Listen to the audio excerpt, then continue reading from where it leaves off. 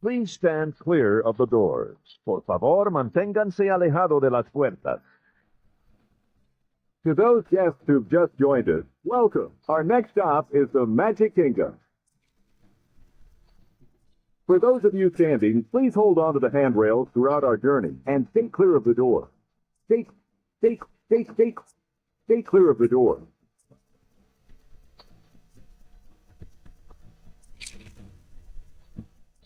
Ladies and gentlemen, we are approaching our station at the entrance to Main Street, USA.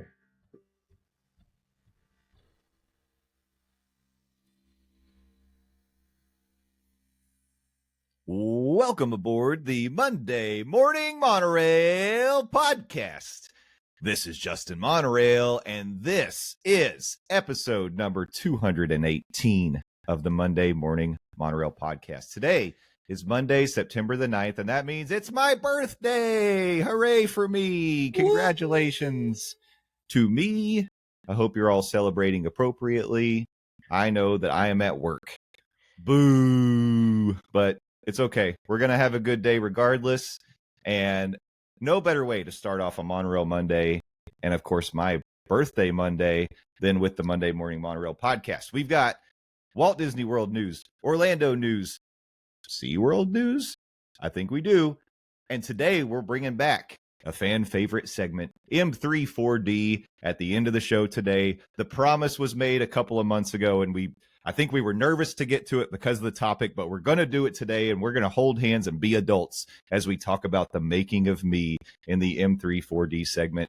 And just a little teaser, one star of that little attraction that's no longer with us was Martin Short.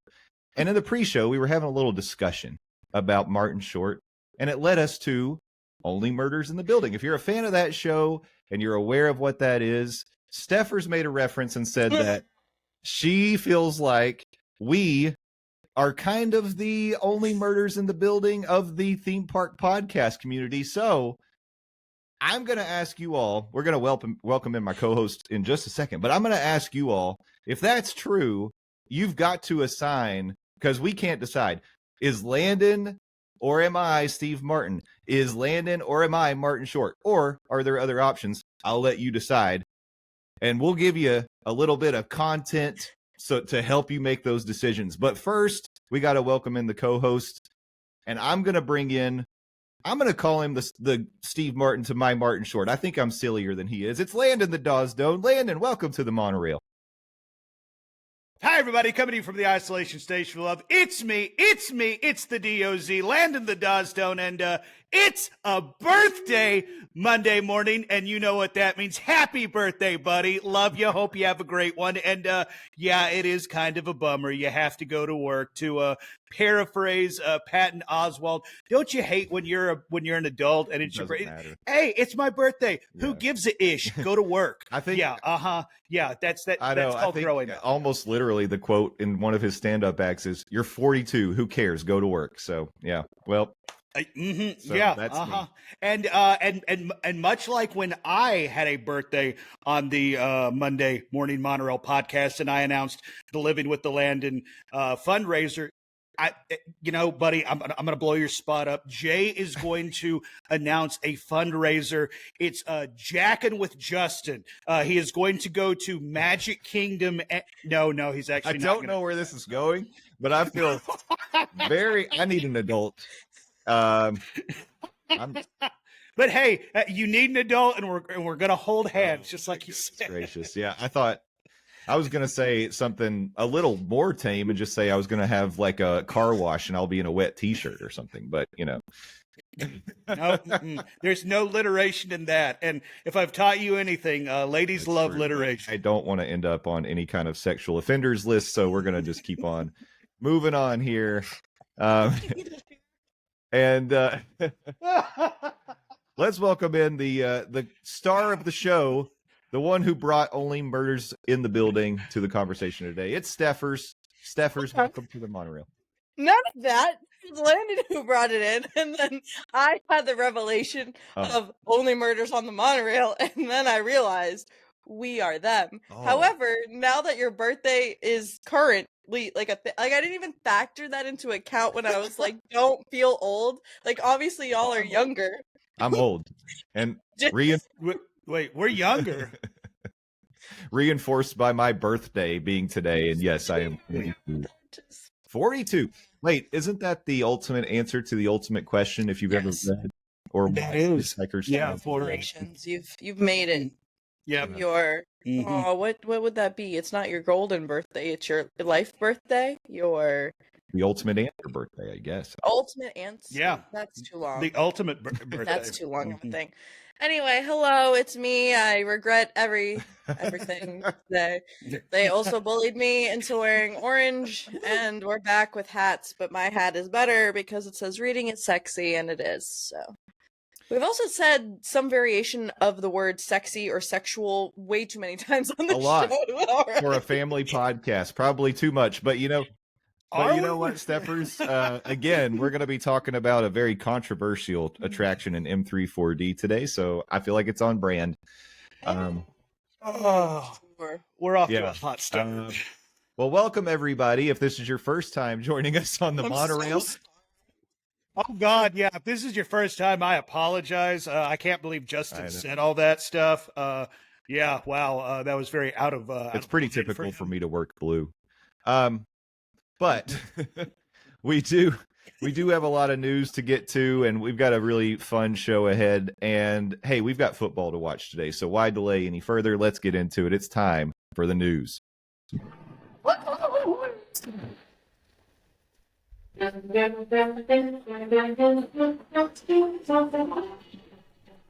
That's right, Dreamers. We're back with another round of theme park. That was me trying to say central and theme at the same time. Theme. It's impossible. I challenge you to try it. Central and theme don't go together. Don't even do it. Theme park news from around Central Florida.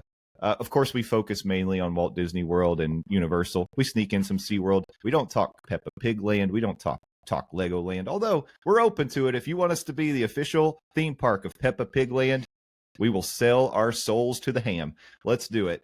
But today, we will. We're going to start with Walt Disney World news, and I do want to start us off in Rumorville. I did not put this on the actual show notes for my compatriots here, but I put it in the Facebook group, and it's just something I want to throw out. Again, strictly rumor. This does not currently have any foot in reality, but a trusted news source for us here on the Monday Morning Monorail podcast wrote an article about Walt Disney World debuting Universal Express style skip the line offering. This is from blogmickey.com.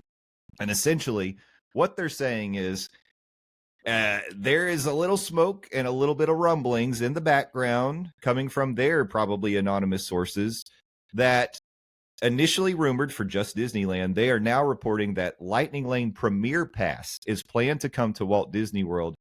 And what will that be? Essentially, it's a pay a price for, like, it's very similar to the Universal deal, but it would be you can purchase Lightning Lane Premier Pass and skip the line at eligible Lightning Lane attractions once per day without the need to book a return window. Now, Steffers can weigh in on this because this is a very universal thing, and we can kind of discuss what we think the price range for something like this at Walt Disney World would be. I'm sure they'll do surge pricing and peak pricing. But oh my goodness gracious, I really don't know how I feel. First of all, I know this is a rumor. We don't know if this is actually going to happen, but I don't know where I fall on this. So I'm going to turn it over to you all. I mean, Landon, when you first saw this rumor, read the news about it, like, what are your thoughts on something like an express pass coming to Walt Disney World? As somebody who has used Universal's Express Pass in the past, I have ponied up that high price point. I thought it was very much worth it.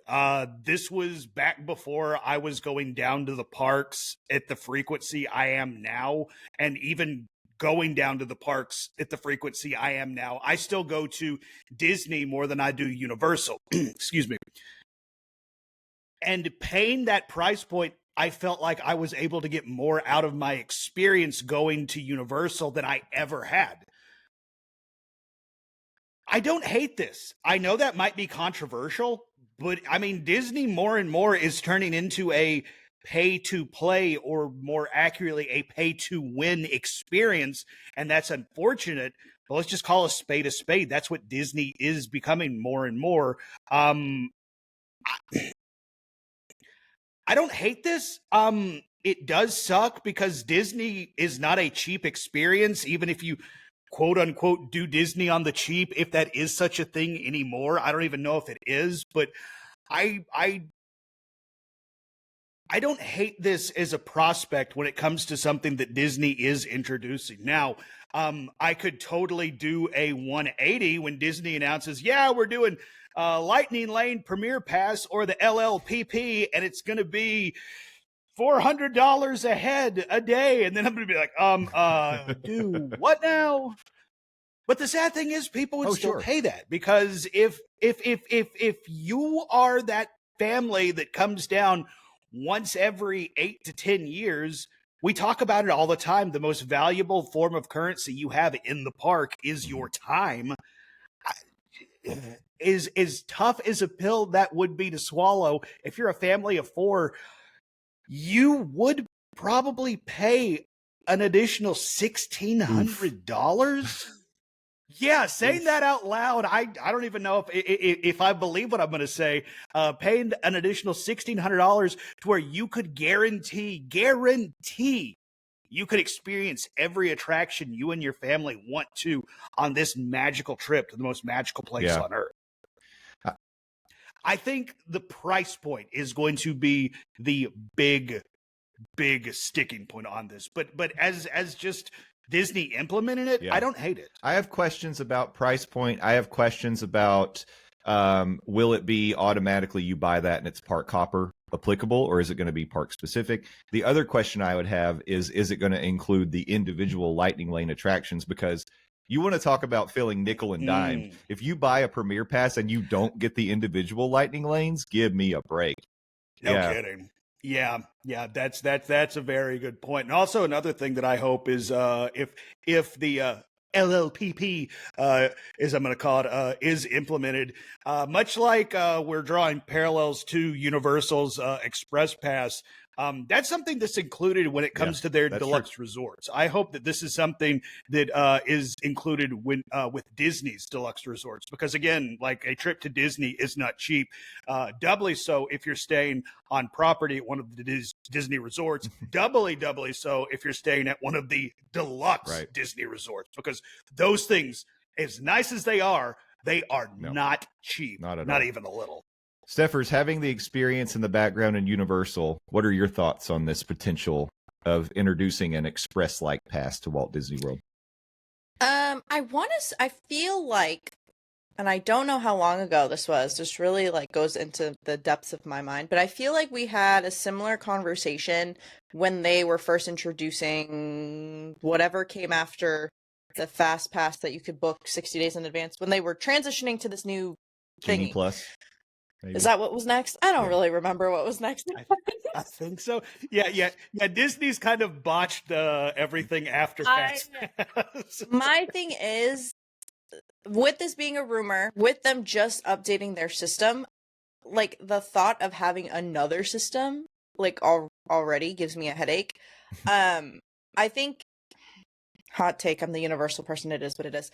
I like the way Universal does their Express. Mm-hmm. What I will say, Disney has more parks, and Disney, this isn't necessarily a dig, but I don't think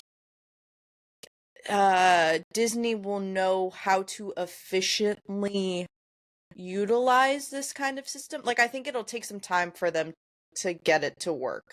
Will it make it easier in the long run? I think so, because all you have to do is scan your the ticket, whatever it is, and then the line will go through. In the long run, I think this is more efficient of a way to do it. I will say, don't make this new system if you're not going to give, and I think we've said this multiple times, give the hotel, you're having people spend a lot of money on a hotel, included in whatever tier. Universal has a one-time only express, which is for people who can't necessarily afford, the unlimited. make it tiered, but give someone something. Yeah. Yeah, Like, I think you're right. You're both right about that. Like, I think if Disney went this way, it should be a offering that if you're staying at one of the deluxe resorts, already paying top dollar to be on property, this is something you definitely should get included in your stay. I think the logic of them having like a time to return, like in theory works great, but I think if you just I also think this will help people who are planning their Disney vacations just not stress as much, because they can kind of just fit in whatever they want whenever they want, kind of thing. Like it's one of those things where it's like, oh shoot, I have an Oga's reservation, but I also have the return time for this, and then I'm not gonna, and then there's like a whole, oh well, I had a dining reservation that I can't cancel or else I'll get charged, but I missed my thing, here's my screenshot, like, and they still let you go anyway. They do. So yeah. what Yeah. I think at the end of the day, it'll be a good efficiency thing, but I do think that they shouldn't change the system. Just like, I think they need to really think this through, build it out, and include their hotels, or even like include, I don't know if well, no, yeah, and then even do a deal for pass holders, because you have non-local pass holders that still want to come down, and maybe they only want to come down for 2 days and whatever, like, and just make it like, there are ways that they can still make their money off of it. Yeah. Now, what, Disney thinking of the pass holders? That's ridiculous. I will say it would have to be an all-encompassing, you can use it at all 4 parks. I don't think having it like park specific would be very help. Like, maybe like there's a base option for like one park per day tickets, but like you just need to have it work at all the parks, which will be costly. There's no Universal's Unlimited Express can get up to $320 for 2 parks. So you can only imagine peak time at Disney, like that. Landon's I think it's more than Landon said $400. I think they could go up to $5 at probably per person. And then what they do to have you save money, putting this in air quotes for those listening to the audio, is they incorporate some sort of like deal if you book to stay on site. Yeah. Like how Universal, like typically it's cheaper depending on what time of year you go to just stay at a deluxe resort and get it embedded in your stay versus paying for it a la carte. I think if you bundle it that way, like you're not looking at a $600 price tag for your family of 4 for. No, but you're paying for person. it in the deluxe price of the hotel. But yes, yeah. But then you get like your on site, you get the transportation, you get the convenience of the deluxe experience, which you should get more value. That's my hot. Well, I mean, again, we're in Rumorville right now. We're hanging out in Rumorville. We're going to take the monorail to reality in a second. But yeah, I just that was interesting announcement. I had not heard anything about that at all. So that was news to me. But I know in the Facebook group we shared that article, and Pastor John said that this is something that's been out there for a little while. So I mean, it could just be a matter of time. And maybe one thing that I will say, when I go to Universal, I pretty consistently get surveys after my park visits. And one of the things they always do is they have a list of questions that compare Disney to Universal. And one of the things they ask is, which is a more like seamless vacation? Universal for sure. Like without a doubt, it's Universal. And I think Disney has to be aware of that. Like that has to be something that they're hearing a lot, especially since COVID. It's complicated to go to Walt Disney World. And if you don't go in fully eyes open, educated, listening to podcasts like the Monday Morning Monorail podcast that help you plan your stay, then I don't know. Like I would feel bad for a family that was unprepared showing up to Disney. I mean, this was true even right after COVID, but it keeps getting more and more complicated, really. Well, that was my main thing when I went to Disneyland. Like, obviously smaller in size, and there's only 2 parks, whatever. But I went in there and like I knew logically like I could get everything done, but like unless I did in-depth research, aka ask all my friends who've been there already, because that's what I did, like I wouldn't know that like Fantasyland, those rides aren't on, or not all of them are on the Genie Plus system, and like to rope drop that for like there are just things that I just wouldn't know to do. and I was stressed. Yeah. But that's just me. As much as I love Disney, and I say this as a self-admitted Disney adult, yeah, I'm one of them weirdos, and somebody who has a trip to Disney literally this week, I hate how complicated Disney has been and continues to be. It shouldn't be this hard. It's supposed to be a vacation. I mean, I could not have phrased it better. It's supposed to be a vacation. But this is a vacation where it feels like you have to do homework before, during, and sometimes after your vacation. You're going to a daggone theme park. It shouldn't be stressful. Like Disney, come on. I do, devil's advocate, I do think in their head they're trying to bridge the gap and like make it seamless. It's just, I feel like the frequency in which they're making changes is too high for people to catch up to what, like, virtual queues and like all the changes that they make. Like, I don't think people really keep up enough with it in retrospect. It's like when you get a new phone and then they announce a new phone right after you get your new phone. It's one of those things, like you're never caught up to the newest thing. That's true. It does feel like that. I don't know. They'll find something that works. It's like, it's like they just announced Lightning Lane, and then we're on to the new iteration of Lightning Lane. I will say though, I don't think, in terms of the comparing the two, obviously there's one that's more seamless than the other, but I do think if they were to make this change, there's nothing wrong with taking a paid. That's the thing. An article we're talking about later, or like a thing that we're talking about later, upon reflection, like there's no, if something works, who cares which part did it first? Absolutely. Yeah. Amen. Okay, like if this Universal Express just works, which it has for years, and they've never changed it for who knows how long, friggin' Disney, do it. Like, obviously, it'll have to be more expensive and it'll have to fit your business plan, but like, the shiz works. I know. I don't know if you all saw that Disney got hacked, right? So I wasn't going to talk about like a lot of the details of this, but somehow some hackers got into Disney and got access to all kinds of like Slack conversations and some files and different things. But one of the things they found out was how much Disney had earned since they launched Genie Plus and Lightning Lane, just on those sales alone. And the number is insane. Right now, the number that's coming to mind is like $450 million, but I think it was more than that. Like they've just selling the quick access to ride passes, whatever you want to call them, they've made like $500 million. Yeah. So that's, so FYI, it's not going away.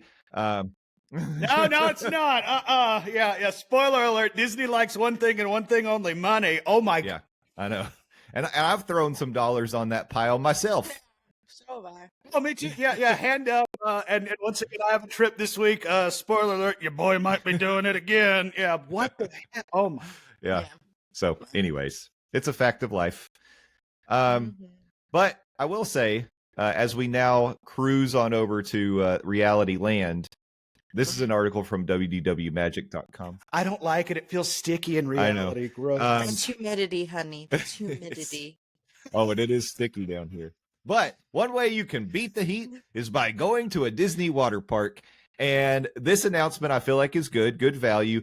Disney Water Park Seasonal Pass now available. Unlimited visits through May of 2025 for $79. And I got to say, the Disney water parks are top notch. I'm not a big water park person, but unlimited access from now until May 23rd, 2025 for $80. And it's slightly, you get a $5 discount ages 3 to 9. Great. $6 discount. But yeah, a single day ticket is $74 to go to the parks. So wow. They're like split open. They're one is open while the other one's closed, and then the other one's open while the other currently Typhoon Lagoon. Yeah. Okay, that's what I was like. But you only get, this is still a good deal. I'm not saying this is not a good deal.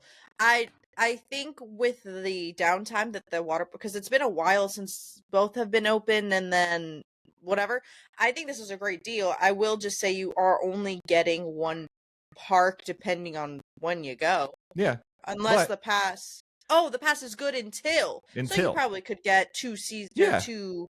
Well, it's not terrible. Yeah.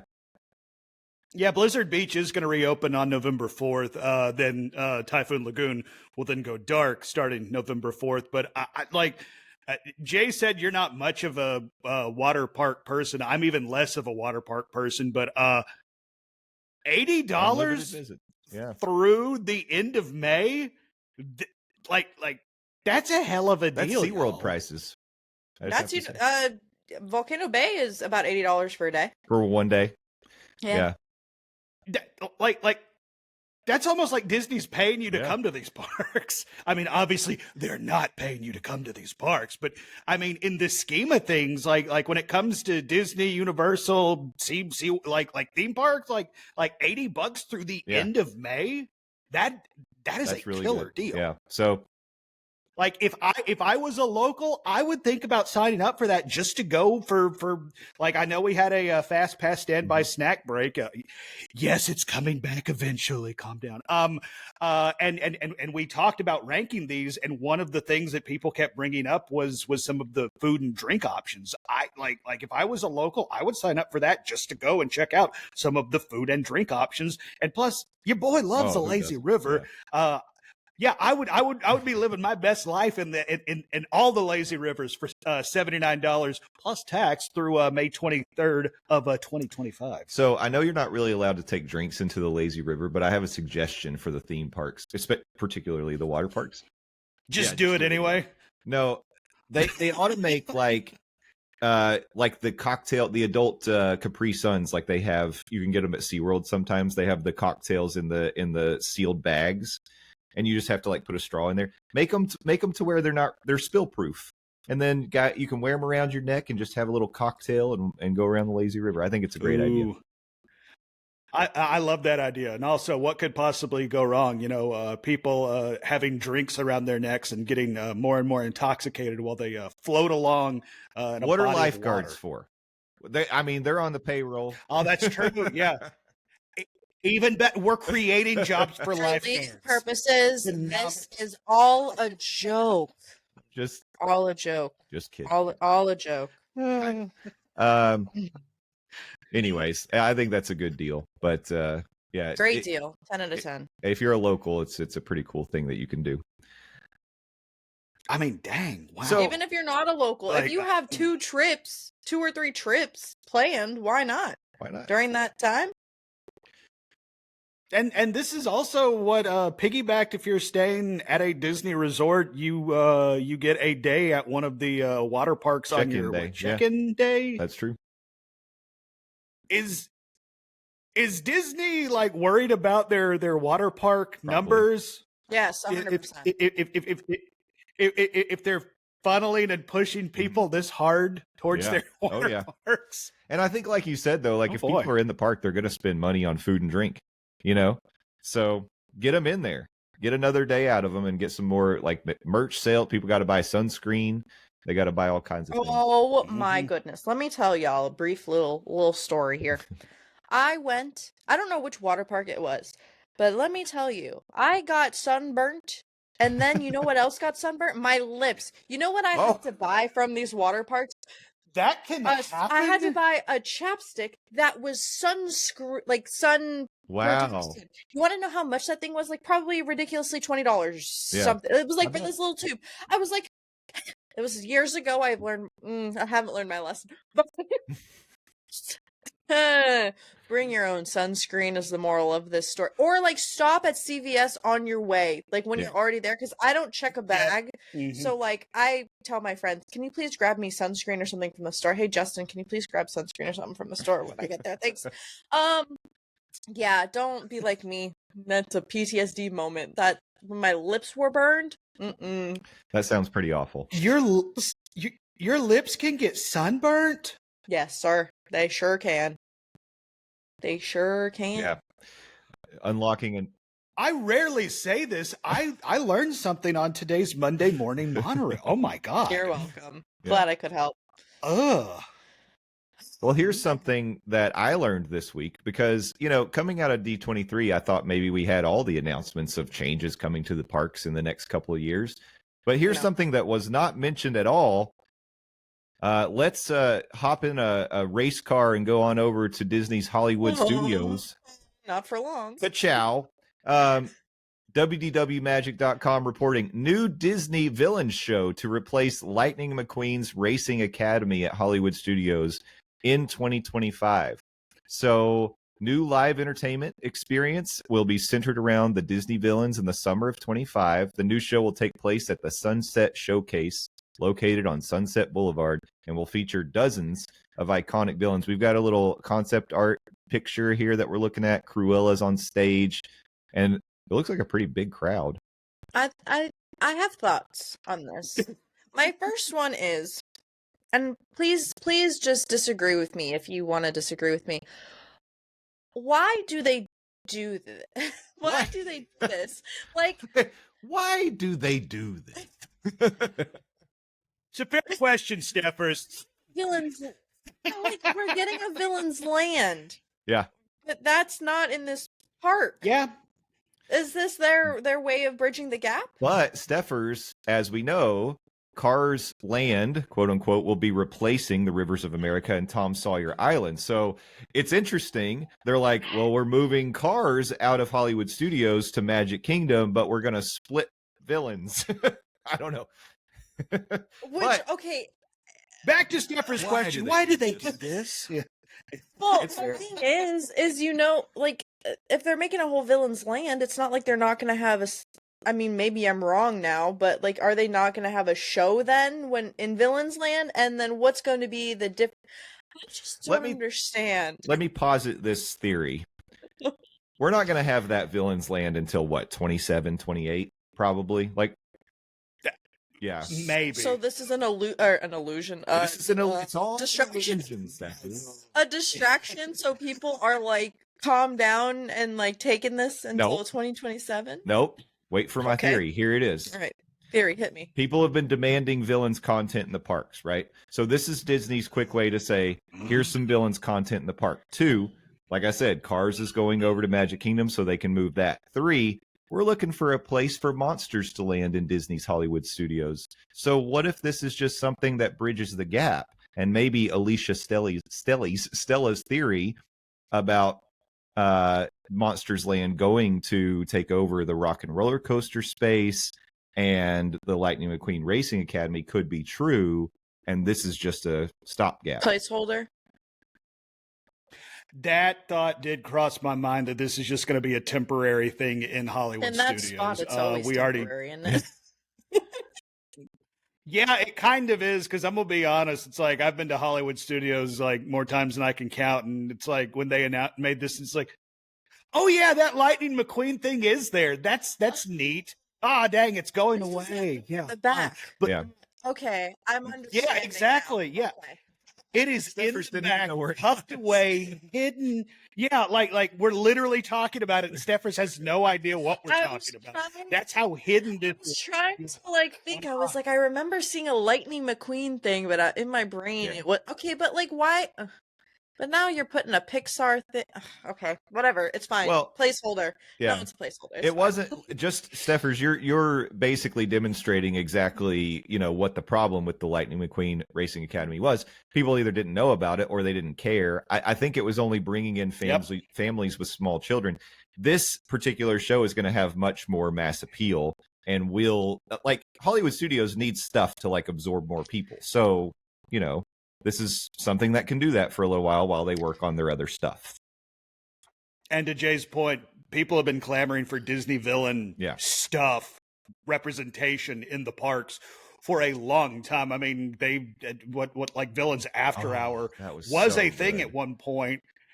And to my point, Jay's reaction, people are like, that was so cool. Like, Disney was able to sell a after hours experience based solely around the Disney villains. Like, people want the bad guys. That says a story is only as good as its villains, and Disney has created some really good villains. And I think this is a temporary stopgap, but I am interested to see what this stopgap is going to be, because I know we're getting back the Little Mermaid show in Hollywood Studios. I guess technically Muppet Vision could be considered a show as well. Does Hollywood Studios have a show? Well, yeah, the Currently? Beauty and the Beast live on stage, And the Frozen, that's and right. Indiana Yep. Jones, if you can consider that a show. Okay, all right, yeah. So take that my beliefs, but and again to your point, Jay, like Hollywood Studios need something that will soak up some more people. audiences, because Hollywood Studios, if you've been there on a busy day, boy, it's very peoply, and I think this will definitely bring in get some butts and seats. If you're not a Star Wars fan and you don't want to ride Tower of Terror, it leaves kind of very little for you in Hollywood Studios. But yeah, I mean, I think it's good, and I think it will be temporary. I don't know that necessarily it means that's where Monsters Inc. is going, because it could still be something that operates, and it, like I said, has more mass appeal when they shut down something like Animation Courtyard and they need to send people somewhere else. Because there's also a Disney Junior live on stage show in Animation Courtyard, and this could be something like, they shift people to go see this while they shut down that area. So, another theory. Yeah, Doc McStuffins has to have her dance party. Is Vampirina considered a villain? Probably not. She is a Drackler, and movies have led me to believe, well, other than Blade, there's no good thing. There's no such thing as a good Dracula. You didn't watch Angel, my friend. Oh, see, I'm more of a Firefly guy when it comes to my Whedonverse. And also, Joss Whedon's kind of problematic. Yeah, well, that's true. So, but man, that Angel show, that was good. I of course I love Buffy, but Angel was where it was at for me. I don't know why. That show was great. Steffers, you have no opinion on this? I'm surprised. I'm a Charmed person, so Angel came on before Charmed. It is there, yes. It was Angel, and then Charmed came on right after on TNT, which TV is not what it used to be, so it doesn't even matter. Anyway, the moral of the story is... The best part is somebody listening is saying, somebody say something about Supernatural, and we could get the trifecta. Supernatural was good right up until it went off a cliff and got crazy. I mean, it went through the actual literal apocalypse. About to get canceled. And then it came back. We're about to get canceled. There are so many Supernatural stands in the audience. Well, I know.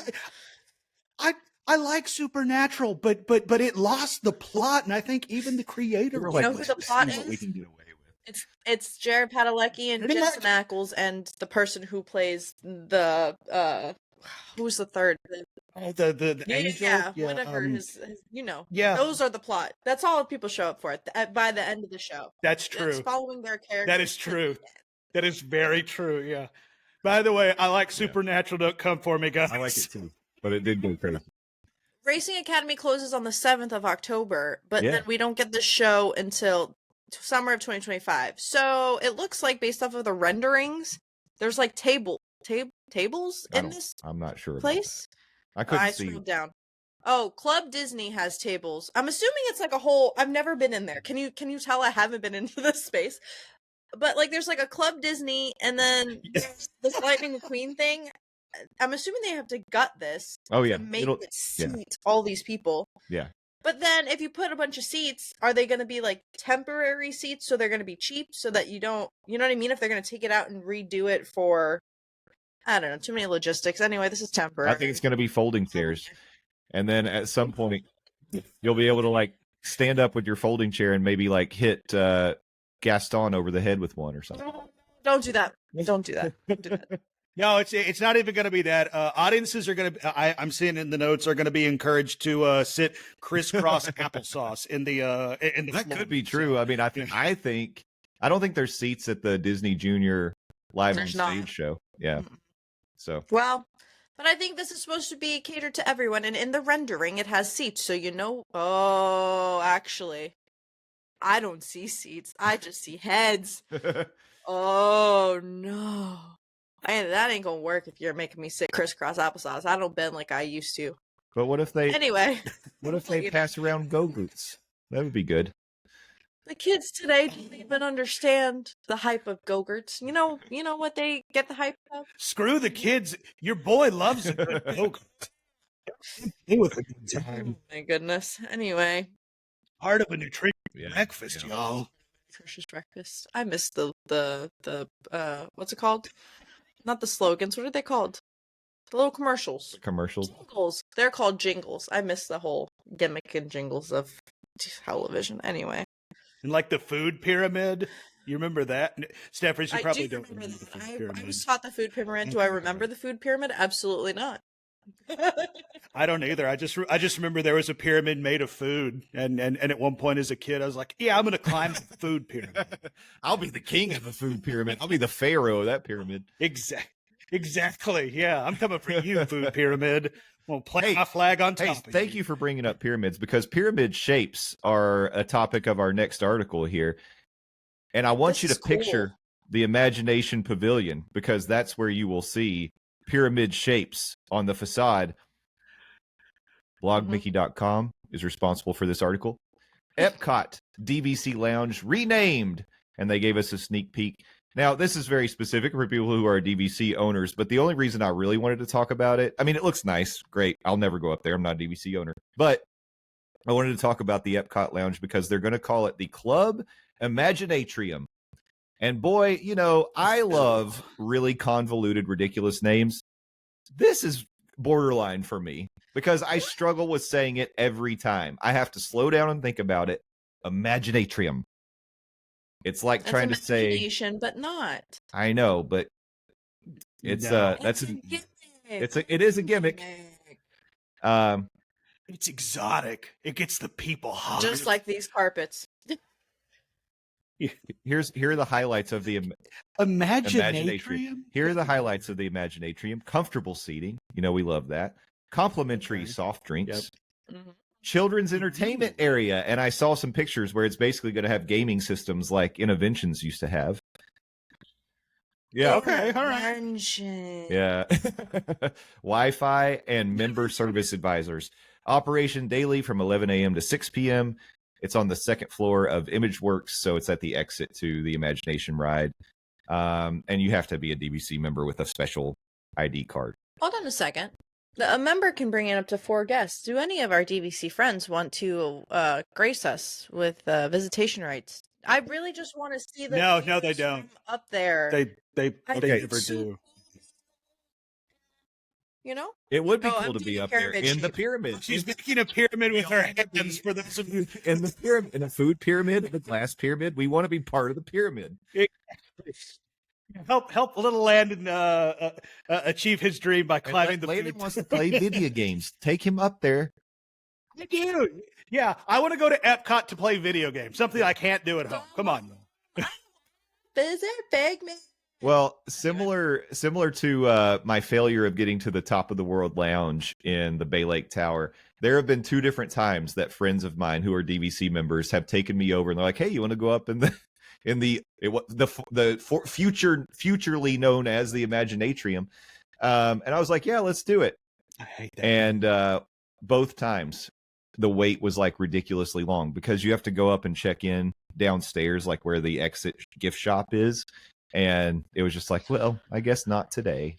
So you know what they should have? They should be able to let you check into a lounge. Like you should be able, if you're in a park and you need a break or you know you're about to need a break, you should be able to get on like a wait list or like a check in online. Listen, you're making us take out our phones and purchase your things and do all these doodads. Why don't you add that to? Well, you can't. And you're a DVC member, you're already paying extra. So you're saying specifically for the DVC lounge, that would make sense. Yeah, that would make sense. Yeah, because I was going to say you can do virtual walk up like at Nomad now, you know. But. Yeah, but like for the lounges, like get on the list or something. They're already doing, whatever. That makes sense. You're paying a lot of money. Yeah, you should have like a special. Listen, I very briefly. App. No. Don't make a new app, but like you should have a DVC section of the app so that it's accessible. Why was I going to say it that way? Accessible, like wherever, and you can just say, "Where are the lounges near me?" And then you click the lounge for the park you're at, and it'll be like, "Get on the whatever." Yeah, virtual I'm just saying, walk-up. Disney. Yeah. No, that's a great idea. So I'm looking Disney in the eyes, telling them to do this. Do it, Disney. We're looking. We know Disney listens. They do. Yep. Yeah, listen to Fat Tony Vitello. Do what Steffers says. All All right. So I added this particular article. I didn't put this one on the list because it's not exciting. If you missed us talking about a concession stand construction over in Hollywood Studios and giving you updates on nothing, this is going to be in that vein. I just wanted to share this because I think it's so funny because this has been like the third time that I've seen an article written about it. New themed pavement expands further into Adventureland at the Magic Kingdom. Yes, for some reason they're doing this work and theming the pavement in Adventureland. We're talking about what we walk on now. Yeah, I mean it looks cool. Damn, dude. But like Does it light up and then the lights aren't going to work after that? Unfortunately, that's... Sorry. I had to pee, so I just ran in to say that comment. A sick Epcot burn. Listen, it's very beautiful.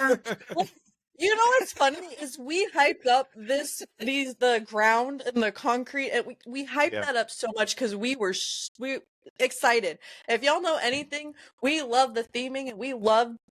Like, I'm not trying to put it down, okay? But it broke. It did break, yeah. I don't think they're going. Man, those were some magical 8 days when it worked, like wasn't it? Disco Yeti. Oh, those were the days. Can we get Joe Rohde on that too? Yeah. Well, I mean, I'll say this: the pavement looks cool, and yeah, I think it's great. I don't know if Disney's having trying to allocate monies to all these new projects. I'm not sure why themed pavement was important in Adventureland. I don't think anyone was missing it, but it looks good, and it has like animal footprints and stuff in it. Great. Animal footprints. It's not bad. I'm just curious why we're doing it. But while we're in the Magic Kingdom, let's talk about something that we speculated might be happening. Over in Tomorrowland, Tron Light Cycle Power/Run. And that is we have known this ride as being virtual queue only or individual lightning lane only. Well, as of today, as of my birthday, happy birthday to me, Tron is now officially a stand. Steffer, stop it. We don't have the rights to that song. Steffers is interrupting me being trying to dramatically make this announcement. Tron is now standby. That's all I got. Tron standby, guys. It's on standby now. Great. No more virtual queues for Tron. But what do we? I mean, I feel like this is kind of par for the. I mean, are we surprised? Or how do we feel about this? I'm not surprised. I think it's great. I mean, I will say, so people who have known this show for a long time and have heard me wax poetic about virtual queues, I do love virtual queues. However, in my perfect world, every attraction would be like a virtual queue where you don't have to ever deal with standby lines longer than 30 minutes. You can tap in and be like, this is what I want to ride next, and then this and this, and it'll call you to the attractions when it's ready.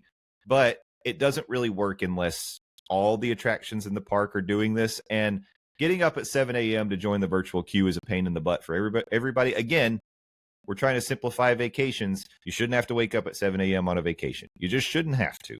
I guess for now, Tiana's Bayou Adventure will stay on the virtual queue. I think we had previously been told by Disney, this wasn't speculation, that after the initial opening, Tiana was not going to be on the virtual queue anymore. So if that's true, will Magic Kingdom not have any virtual queues at some point? Maybe when we get to the end of this year, going into the January. Tiana's hasn't. They haven't put Tiana's on whatever that thing's called now. It is on Lightning Lane. It is. Oh, okay. Oh, actually, maybe you're right, because that was just for the launch phase. They did the. I'm thinking they're gonna push that part. You know what I mean? They're gonna take it off VQ and push it for. Oh, maybe you're right. Other thing. So it'll switch over. Maybe so. Okay. Well, anyway. Everything I said was wrong and invalid. So, but all I'm saying really, happy birthday to me. I'm allowed to be wrong. But But Tron, the cool thing about Tron is you had no control over when you were going to be able to ride it during the day when it was on virtual queue. And now, because we know everybody wants to ride it at night, it's beautiful at night. It's all lit up. You get that nice color effect in the canvas, awning. So now you can actually choose to ride it at night, and previously you couldn't do that unless you wanted to pay for the individual pass and get a return time at night. Does Tron have single rider line? No, right? I feel like that's a silly question because it doesn't. It doesn't. Okay. I feel like they should pull the virtual whatever the heck they're doing. Make it standby, but I feel like that's a ride that would benefit from having a single rider line. Yeah. Well, maybe they'll implement it going forward because it seems like they're completely overhauling Tron Light Cycle Run. I think this is a move long overdue, but I'm kind of surprised that they're not going to do a hybrid. Continue using virtual queue, but also let the traditional standby be used. And maybe this is opening a whole new can of worms. Guardians of the Galaxy, your move. Speaking of a move that is long overdue, Guardians of the Galaxy needs to come off of virtual queue only. Again, use a hybrid system if you still want to implement a virtual queue. But we're not talking about Guardians. We're talking about Tron. I like this. I like the fact that now families who unfortunately, inexplicably walk into Magic Kingdom without listening to a podcast, doing their homework. Why would anyone buy tickets, walk into, hey, we're on a vacation. Let's go down to the House of the Mouse and just have fun. Oh, that looks like a cool roller coaster. Oh, you're telling us we can't go stand in line for this because we didn't get up at 7 a.m. to hit a few buttons on the app that we have to download. I love the fact that they can now get in line and experience this roller coaster. Yeah, long over. But you're right. It's Guardians needs to come off virtual queue as well. It's time for that for sure. I wonder if maybe that'll happen when Test Track, the retheme, reopens. Oh, that's a good call. Maybe that's a good call. Yeah, but smart. We'll have to deal with it for now. Yeah. Anyway, I think overall that's a good move, and happy to see Tron, the standby option open for Tron.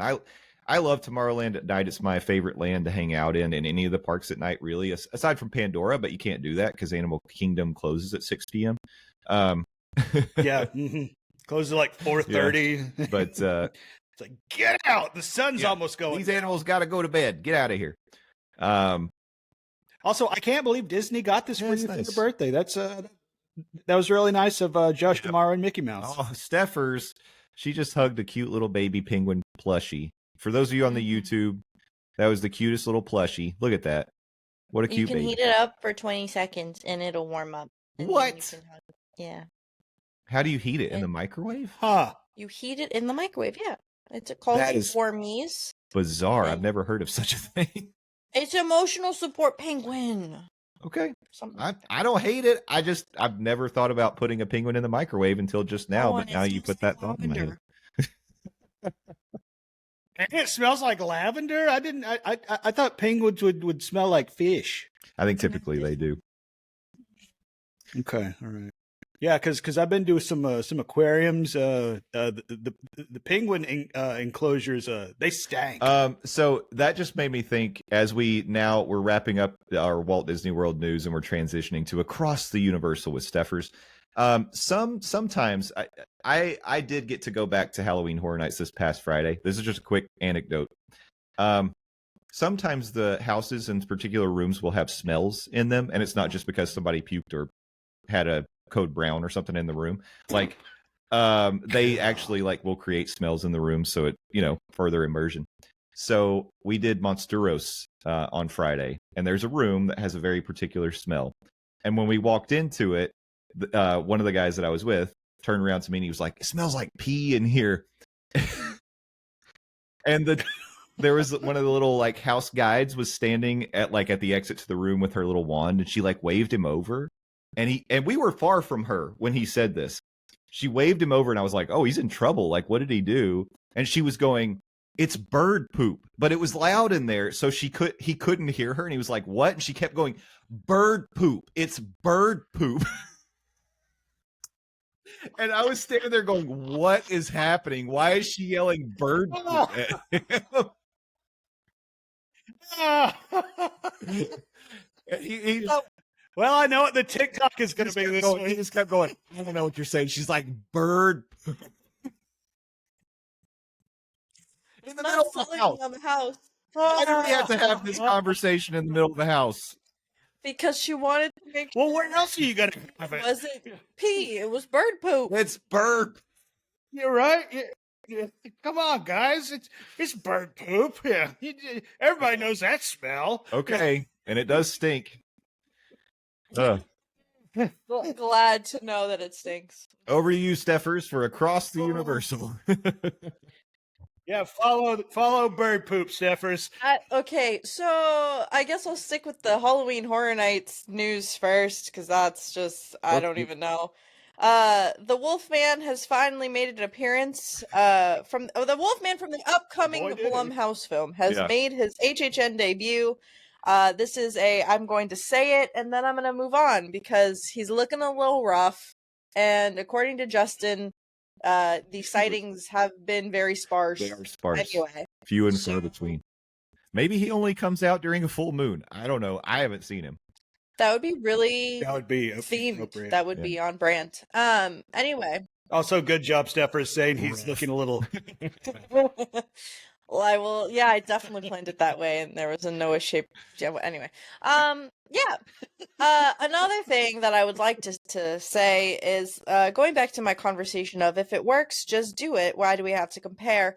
It seems Universal has taken a page out of a similar book, similar vein as our friends at Disney, and there is a Little Boo / Major Sweets headband in Universal Studios in City Walk in the studio store, and it's one of those soft headbands. You know how you can design your own now at Disney Springs with the little character heads. This isn't customizable. This is like they're sewn on, but very similar in style.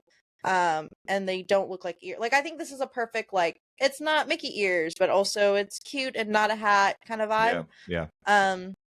Good job monetizing Lil Boo there. Oh my god. Yeah, describing them as not Mickey ears is the best way to describe it. It's a headband with a pumpkin and a hat.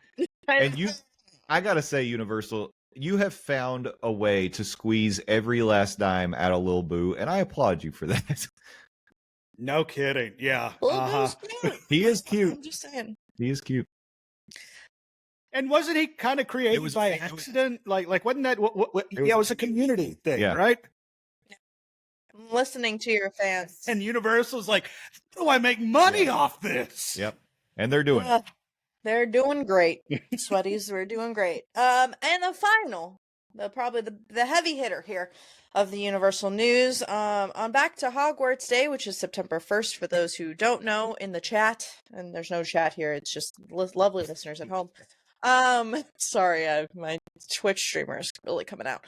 We got some updated information or new information on the Ministry of Magic attraction, which is called Harry Potter and the Battle at the Ministry, set to open at Epic Universe in 2025. Essentially, we are going to watch the trial of Dolores Umbridge via omnidirectional lifts to watch the trial take place, and we have learned that Umbridge, the actress who plays Umbridge, what's her name? Dame Imelda Staunton. Betsy DeVos. Imelda Staunton will reprise her role as Dolores Umbridge for the attraction. And apparently Universal says that Staunton got to take Umbridge to the extreme. I will say her character is already extreme, and I really dislike her as a character. She's hateable. So I can only imagine what extreme means, and I am scared. We also will get to she's the worst.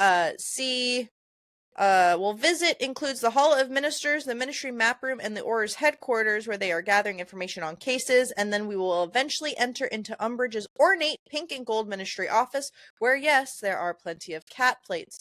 It's here where you will meet Higgledy, Umbridge's former house elf. Okay.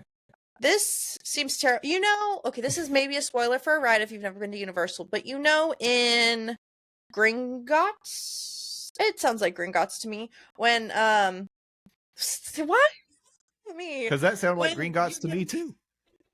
When you're getting whipped It does sound like when you're Gringotts. getting Yep. whipped with the lightning magic bolt, like to Yeah, yeah. it pushes your car back. I feel like we're gonna take that, like that kind of vibe with Yeah. Umbridge, and it'll just be really intense. I don't take any umbrage with that statement, Steffers. I think you're right.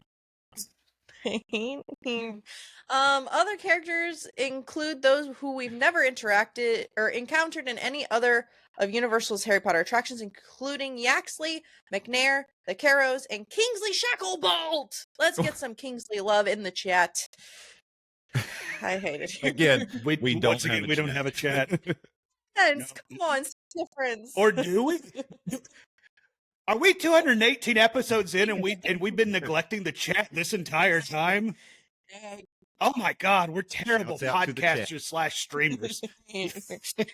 Yeah, get your ones up in the chat. Yeah. Anyway, I'm excited to see the Fountain of Magical Brethren restored to its rightful state with flying memos swirling through the atrium along with the enchanted weather ceiling. I think this is going to be a greatly themed ride that may or may not make me motion sick. Yeah. Stay tuned for our full report once this place actually opens and I ride it.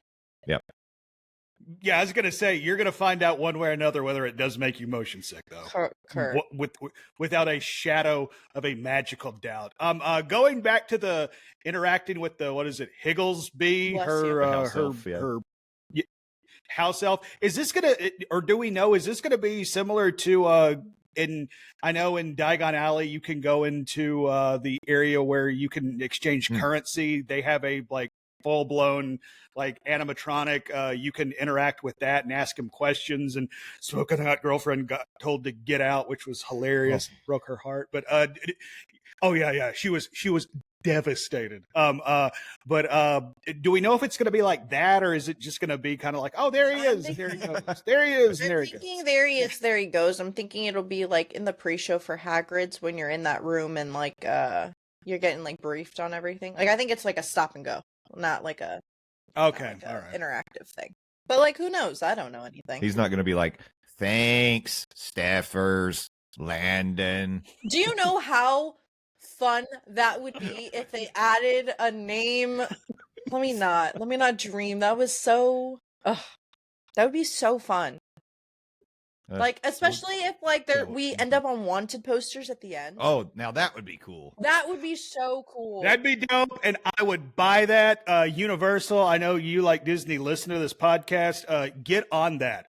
If instead of magic shots at the end, I want a wanted poster like I'm a Sirius Black. Come on, do it. Or fat. Fat Tony Vitello want that.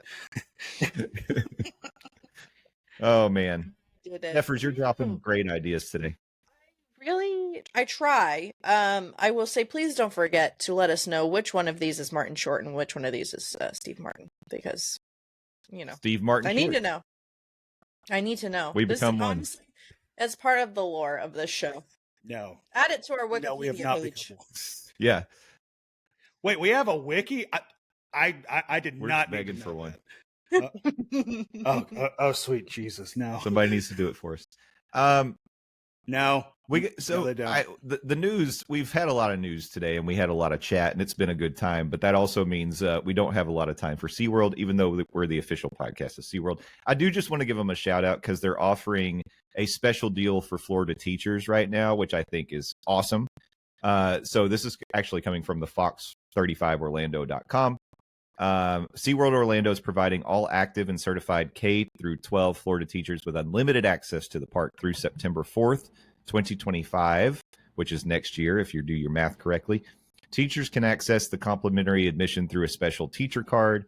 Additionally, for $47.99, they can extend their benefit to include unlimited access to Aquatica with no blockout dates. So that's amazing.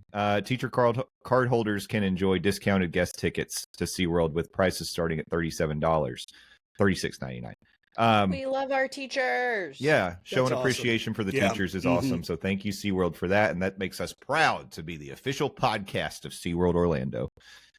But that's all the time we have for SeaWorld today. We've got M3-4D to get to, and we cannot wait. We know it's a fan favorite segment, so stay with us. We'll be right back. Ladies and gentlemen, it's true. Dreamers of all ages, M3-4D is back once again. And I think, like I said, I think we put this one off because we just didn't know if we were ready to have this conversation. You know, if you're a parent or if you have had a parent and you grew up, then at some point you probably had to have the talk. Well, if it were up to you, wouldn't you have preferred a theme park to handle that for you? I know I would have. I would much prefer to take my kids and be like, kids, it's time we go to attend this attraction, and you just let me know if you have any questions. Why don't you all go in without me? No. So This took a turn, and I don't know what turn, but it took one. Back in October of 1989, in the Wonders of Life Pavilion, Epcot debuted a film called The Making of Me. And it is exactly what you think it is. This was a film starring Martin Short, as we've talked about him a lot today. A 16-minute show that basically talked about where babies come from. It was, I mean, that's... Where do babies come from? Well, I don't know. eBay. They come from eBay stuff. For those of you who have questions, or Amazon. There are links to this film if you want to see it on YouTube. We can always share that on the Facebook if people want to watch and experience it for themselves. But The Making of Me was a 1989 film about conception and birth, directed by Glenn Gordon Caron and starring Martin Short. It was shown in the Wonders of Life Pavilion at Walt Disney World's Resorts Epcot when the pavilion was open. After closing in 2007 through 2018, the theater remained open during the International Food and Wine Festival, but the film being shown was about food. And I don't think it was the making of food. This was open. Ironically enough, food was made the exact same way as babies were made. It was weird. Guest complaints were through the roof. This was a thing. Like, I would have been able to see this. Yeah. Yeah, this went for a long time, Steffers. I was shocked that it was still happening in 2007. Was I scarred as a youth? I would ask my dad, but I don't think I'll get an answer. so Steffers. So, Natalie will appreciate that joke. That was for Natalie. Continue. Lord. Zoe appreciated that joke as well. Zoe's in on it. Okay, so I'll ask you, Landon. Do you happen to think you saw this film? Do you have any memory of it? Did you know it was a thing? There is zero chance I saw this film because it would have scarred me for life. Well, no, that's an exaggeration, but no, I never had the pleasure of seeing The Making of Me when I was in Epcot. Though, I understand, old school Epcot, it was all about edutainment. It was all about entertaining people and educating them at the same time. But how Disney landed on this and it made it through the pitching phase and then the production phase and then we're going to make this and put it in our theme park phase. And to your point, it ran 89 to 2007? Yeah. That is a hell of a run for an attraction about baby making. Yeah. And Martin Short's in it. Isn't it? Not only is he in it, he narrates the dang thing. Can I ask a stupid question? It might be a stupid question, but I don't know the answer. So, you're in the perfect place to ask. I'm so ready for this question. Let's get to it. Well, see what I'm. No, not that question, Steppers. Not that question. No. People love each other very. Is this why the pavilion was called the Wonders of Life Pavilion, or this is just a result? This was just a Which came first, the chicken or the egg? I think they had this concept. Yeah, Imagineers saw some of the people in Epcot. It's like, yeah, it's a wonder that they have life. So we're going to call it the Wonders of Life.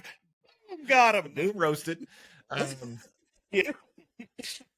I think it was they knew that Future World was going to have all these educational pavilions. One of them, they thought it would be a great idea to talk about the wonders of life. And then, I mean, a huge part of the wonder of life is birth life. and death, right? Huh? I mean, I'm just so saying. like I'm not so like it is like in our it makes sense that these are closely related. It's not a coinky-dink. No, oh no, it's not a coincidence. I was just wondering. So here's the pitch. Somebody comes to Walt Disney Imagineering and they're like, listen, I have an idea for an attraction. Just go with me here. Going to be about conception. And there will be talk of, in fact, animated sperms. Yes. Yeah. Thank you. Yeah. Like they animated this. They paid honest to God, talented people who could draw cartoons. It's like, all right, guys, what do we got? Disney's hiring me. What we got? Mickey, Goofy, maybe Chippendale because it's the 80s. Nuh-uh. No. Eggs and sperm, y'all. That's what we're doing today. That's on the docket. Welcome to the 80s. Everybody's on cocaine. Any other kind of content pertaining to this topic, that's set for your OnlyFans kind of content. Yeah. There's a line, and animated versions just work better, apparently. Well, and I will say it's was Epcot the first version of OnlyFans? Well, I will say it's not like we got to see a cartoon of mom and dad going to the bone zone or anything like that. It was strictly, just a demonstration of the actual fertilization of eggs. Which I'm very glad for, because in this iteration of The Making of Me, it would have been an animated version of a male and female version of Martin Short. That would have been really funny. Yeah, let that one bang around in your brain pan for a second. No. Hold on. Yep. Okay, enough time's passed. Dead air is great on the podcast, of course. I was letting people think about that. So Disney brought heavy hitters to this attraction as well. So Glenn Gordon Caron wrote and directed the television show Moonlighting, among other things. And the music in the film was composed by Bruce Broughton, who did compose music for Disney films and attractions, including Ellen's Energy Adventure. So, Disney doesn't halfway do something. They bring in experience, they bring in talent to do these things. Martin Short, ladies and gentlemen. I mean, I'm just saying. I just think it's funny that you said experience and me and Landon both raised up heads and turned it to the camera. Yep. I'm just saying. There's a reason we put this one off, guys. So here's the description. I'll give you the wiki description of this attraction. Martin Short tells the story about how we are born by explaining how parents met during the course of their lives at a high school dance, as parents used to back in the old days, getting married on their honeymoon and having their first child. I said that weird. They didn't get married on their honeymoon. That would be really convenient if you did, though. Yeah, why didn't people just do that? The film also be a lot easier, save some money. The film also explains the process of fertilization between sperm and egg cells in an animated segment that lasts about 90 seconds, as well as fetal development using imagery taken by Leinart Nilsson, previously appeared in Nova's Miracle of Life. Okay, so we've got some details about the film they showed after they stopped showing this film.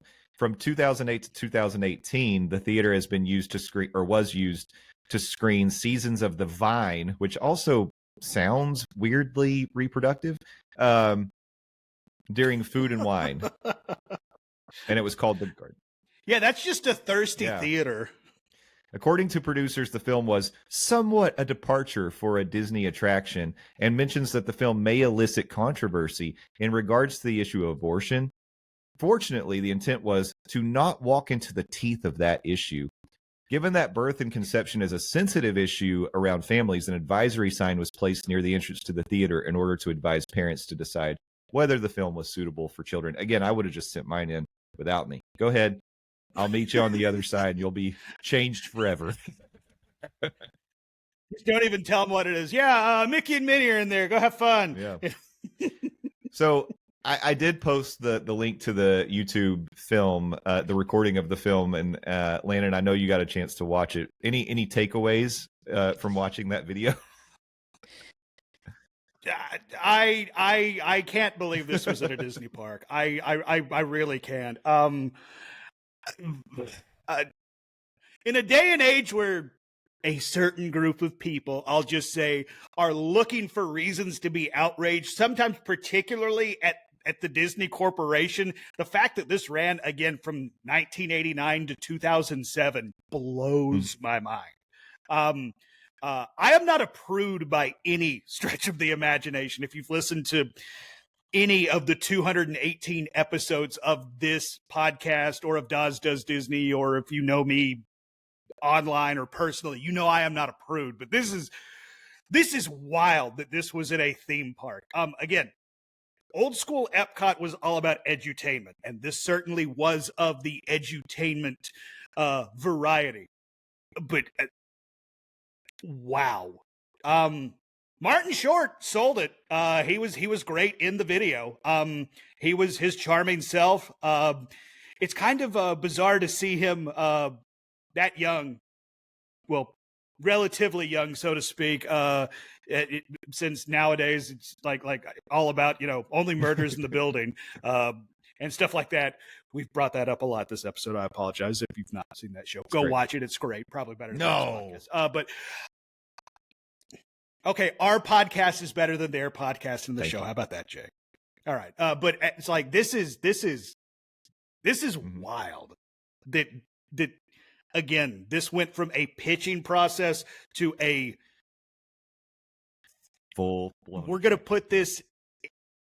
Yeah. Like, this was an attraction in a, not a theme park, a Disney theme park. Wild. Steffers has a very upset look on her face right now. Are you watching the film right now? I think Steffers is finally watching it. Steffers, what video are you watching? I think I remember the animated sperms. Oh. In my head, I feel like that was deja vu.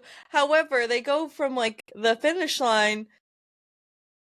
Honestly, if you really want to watch it, click the link. If you don't, I don't. We'll put the link out there. Like it's a 16-minute video. Take 16 minutes out of your day to watch this thing. This is so wild. I just wanted to say, you just gave me this thought, Steffers, while you're watching it, and Landon talking about like, would it fly in this day and age? Imagine this was still around, or imagine it debuted tomorrow, right? And we're in the current meet. Did Disney get this for your birthday as well, Jay? Yeah, it's on my birthday. It comes out tomorrow. And we're in the meme era of life, like the internet viral content, right? So parents met on Tinder, they swiped the correct way, and now they want to slay in the bedroom. Okay, so the video would be much different, of course. But if they still had the animated version of the fertilization process, you know that those, there would be a sperm that would have a name, like the Disney fan community would give it a name. There would be plushies, there would be t-shirts. Like, Disney could cash in on, that particular little cute guy. I know that would happen. I know it would. Disney might not have it in the Emporium, but Etsy would be all over that one. Oh yeah. and I would be so excited for the think pieces of the Sean Hannitys of the world for their heads to explode about woke Disney. That would be so great. Get your so great sperm plushie. You also see, I was gonna go Jizzy. That's too on the no. For legal purposes, this is all a joke. Oh, Spunky would be a good name. Spunky. Dang it. That's what I should have gone with. They should give a certificate at the end of the attraction that says, something about learning the birds and the bees. I don't even think they call it that anymore. I swiped right. I don't know. I will say, B's and the Z's. the apps really do work. That's how I met Jackson. So, just saying. Should we create Man, this is the most unhinged episode of M34D we've had. our very own Monday Morning Monorail updated version of the making of me? No, It could be the no story. one needs that. No one needs that. Yes. Yes. We totally need this. You know what though? But the best part is the original went 16 minutes. Much like my sex life, we could do it in probably 90 seconds. I'm not even gonna finish what I was gonna say. It wouldn't work. Yeah. Yeah. Take that, me. Yeah, Zoe. Zoe's fired up. Zoe. I don't think the thing is I don't actually like. There are plenty of people in the new generations, I guess, that'll have kids. But I know a lot of people, at least in my age bracket, that aren't interested in having kids. Like true. a lot of us are getting pets or just not contributing to the world right now in that way. So I'm interested to see like what a modern day would look like. I do miss edutainment. This was a little too much for me. I feel like if it was like Body Wars and like fully animated and like a vibe, maybe better. It's the Martin Short of it all that. Let's really not just... speculate what a Body Wars version of this film would be like. It'd be a whole different type of Body Wars, baby. Very exciting, but ooh, I'm interested. oh my! I'm into some weird stuff, y'all. Self flush on this episode. I will say. Never mind. Nope, it's not. Never mind. You will say. Oh, now you show restraint, Steffers. Like, now you show I restraint. didn't watch that whole video with sound, but like, I don't know. I feel like the talk is very We had a not link. a thing. We've got a link to. It's like, what is this page called? Outdated Walt Dated World. And it talks about out of commission attractions, and they have the whole script actually as part of that article. That's So if you want to read along, act it out. Maybe we do a dramatic reading of this on our 250th episode. Absolutely not. Ooh, Absolutely yes, I love not. that idea. No. Let's put it to a vote. Yes. I vote yes. All right, Steffers, you've been outvoted. Good luck. Have fun. I won't even. The thing is, I can't even say I'll just watch because that's weird. I'm not gonna film. No, it. you That's get to be weird. Steffers. There's only one girl that speaks in it, and it's at the very end. So you get to be the closer. No. You're our token girl, Steffers. You're our Selena Gomez. I think Zoe. Nominate Zoe. Yeah, Zoe is a yes as well. Oh my I know. Well, I just want to say, and hearkening back to the film, it happens to everyone. One day you're walking down the street and you think to yourself, where did I come from? How did I get here? What's it like being born? And I hope you were asking those questions to yourself when you started this podcast today. And now maybe we've helped answer some of those questions. No. And I also want to say I'm sorry. I'm sorry. You know what? For the Patreon, we'll do a dramatic reread of the script. Yeah. We For don't the have chat. We're going to do it for the chat. For the chat. One's up in the chat, y'all. One's up in the Guys, chat. I just want to tease something out a little bit. It's something I've been like looking at the calendar and thinking ahead. Landon, when you are here, April 1st, 2025. Oh, that one. Okay. For Living with the Landon, the big fundraiser that we're all very excited about. Do you all realize? No. That's like right within a week of our 250th episode. Like it's like Did you really right. just do all that math? I did it before. I'm just telling you now. Yeah. Is it really? So like I think the following Monday would be our 250th. Not that one, but the next one. So it'd be like a week ahead. I'm thinking that means we have to record live, the three of us, for our 250th episode. We have to. Like we'll be here to do it, and I think we have to do that, which means I need to start thinking about, can we find a venue to do this? And if people donate money to Living with the Landon, they can come watch us record live. What are your thoughts? Give me your thoughts on this. I think I love that idea.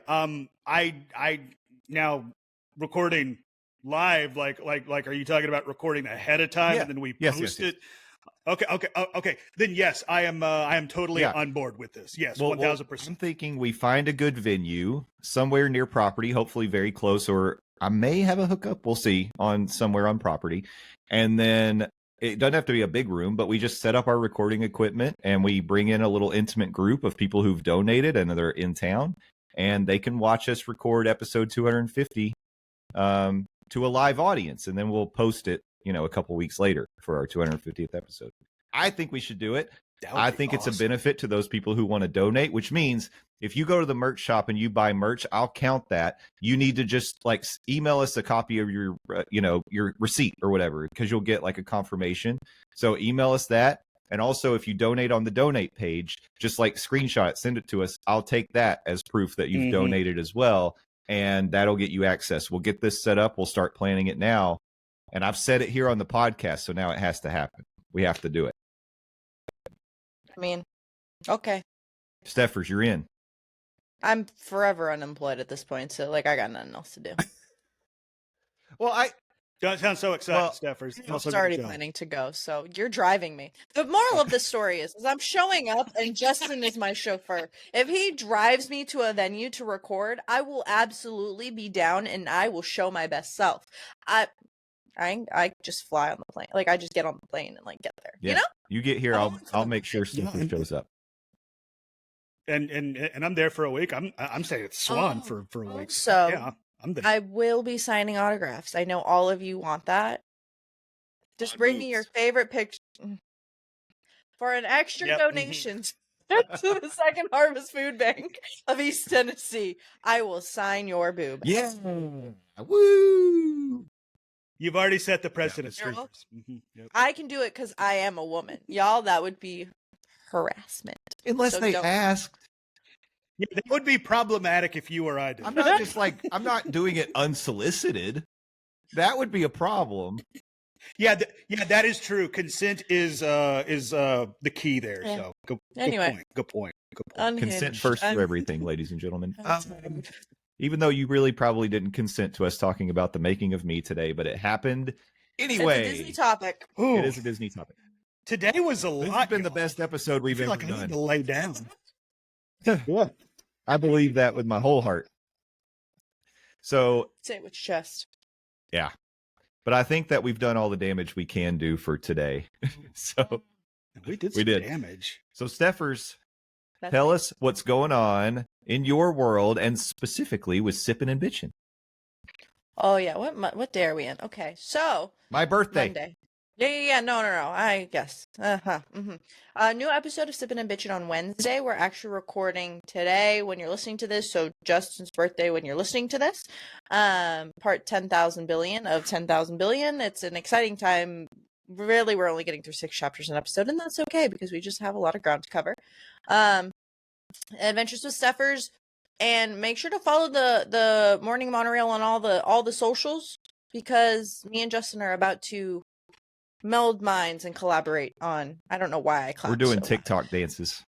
Okay, we're doing one maybe TikTok dance, but we will provide you quality content of our Halloween Horror Nights RIP tour experience, and we have something else planned that I don't think I want to say yet. I think I just want it to be a surprise. Okay. Sounds good to me. Very good, Steffers. Thank you so much. Landon, over to you. Hi, I'm Fat Tony Vitello, otherwise known as Landon Doan. Follow me on Twitter, LANDOZ. Please go follow me, Landon Doan. I'm the best. Landon Doan, not the rest. That's so you can get me 280 characters at a time. I also run a website, buttmunchchips.com. Buttmunchchips. Oh, sorry. Sit on your butt and munch. Thank you. Appreciate the sound effects. Sound effects are appropriate because even though I have renewed the URL. I still haven't done jack squat to it. So in lieu of going to that website, I invite you to head over to morningmonorail.com or bonfire.com and search for Living with the Land. Jay mentioned it. I will be down in Orlando, Florida on April 1st of 2025 to celebrate my 40th birthday. And on my 40th birthday, I will be marathon riding Living with the Land. And in doing so, I'm asking you to donate pledges to raise money for Second Harvest Food Bank of East Tennessee. All money raised will be earmarked for the Food for Kids program. And it's appropriate that we talk about this because September is Hunger Action Awareness Month. And it's appropriate that we're all wearing orange because orange is the color for Hunger Action Awareness Month. You can spread the word of Hunger Action Awareness by wearing orange, talking about it on your social media, hosting a food drive locally, or volunteering at a Second Harvest in your neck of the woods, or just at a food bank in your neck of the woods. But talking on Second Harvest Food Bank of East Tennessee, they cover 18 counties in East Tennessee. That's approximately 8,000 square miles. There are over 200,000 East Tennesseans that are food insecure, and that is 1 in 6 children. That is over 44,000 kids. Those kids, that is who we are raising money for with the Feed the Kids program, with the Living with the Land fundraiser. Food for Kids, they distribute over 650,000 bags a year to those kids. They send them home with food every weekend so those kids know when they're not at school, they have a meal to eat over the weekend. They have a meal that wouldn't be provided otherwise. So help us raise money for those that need food in their belly. Head over to morningmonorail.com. Get your official Living with the Land and merchandise, like this fine mug right here. If you're watching us on the YouTube, it is dishwasher safe. I'm a big fan of that. You got the logo on the front and a Second Harvest Pack the Bags Food for Kid logo on the back. I appreciate everything y'all are doing to help me raise money for a organization that I love with my whole heart, and I love y'all with my whole heart. Best fans in the podcasting game. Love you, mean it. I think I'm going to be seeing some of y'all this week down in the House of the Mouse in Orlando, Florida. So if you see a guy that looks like a chunky Tony Vitello, be sure and say hey, and I will in fact let you buy me a beer. Well, not at Magic Kingdom. See you then. Well, hey, if we go to Skipper Canteen. So. Hold on. Before we fully close this out, please don't forget to give us a 5-star review, but also let us know in your review if Justin or Landon are Martin Short. in the Apple's review, you want them to... Absolutely. It'll grab people's attention when they're looking for a new place. By the way, this just... Wow, we're throwing inside jokes in the iTunes reviews. This just solidifies me as an old man, by the way, because I said Apple's review. What am I even talking about anymore? I don't know. The problem is, I think you and I are like trying to out Mandy. I think we're doing that now for sure. But no, thank you, Landon, and thank you for helping us get started on this fundraiser. Great cause, and I hope that you all get involved. And again, if you want to be part of the live recording of episode 250, just send proof. Monday Morning Monorail at gmail.com. Send me proof that you've donated, and you can get access to the live recording, and that will be great. We just got to find a venue, and I got to figure out how many of you little Monorail fan members will be there and how much room we need. But we'll figure it out. It'll be good. And that goes if you've already bought merchandise, if you've already donated to Second Harvest. It's not like going forward. If you've donated period to the Living with the Land and fundraiser since we've announced it, you have a spot on this ride. And if you have donated, you truly are my favorite member of the Monorail. I have no idea what I've just gotten us into, but we'll figure it out. We've never tried this before, dude. We're flying by the seat of our pants. We're 218 episodes in. I still have no idea what we're doing. Well, thank you all for going on this ride with us. We always love doing it. We love interacting with you. Don't forget, we have a Facebook, the Monday Morning Monorail Fam Facebook page. You can join us there. We've got a Discord that you can join as well. There's a static link in the Facebook, but if you don't join the Facebook and you want a link, just send me a note and I can get that to you. We're Morning Monorail on all of the social media platforms at Morning Monorail. You can find us. We're posting content. There's going to be some more HHN content coming up shortly and clips from this very fine show and lots of other things. But we're just happy that you're here listening to us. Please tell a friend. If you haven't reviewed the show, please review the show. Do all the things. Subscribe on YouTube, Monday Morning Monorail Podcast. And thank you for every little thing that you do. And just being here means a lot to us. We love you guys. And until we talk to you next week, thank a team member. Thank a cast member. Be excellent to each other. And party on, dudes. We'll see you next time. Bye-bye. Okay, bye-bye.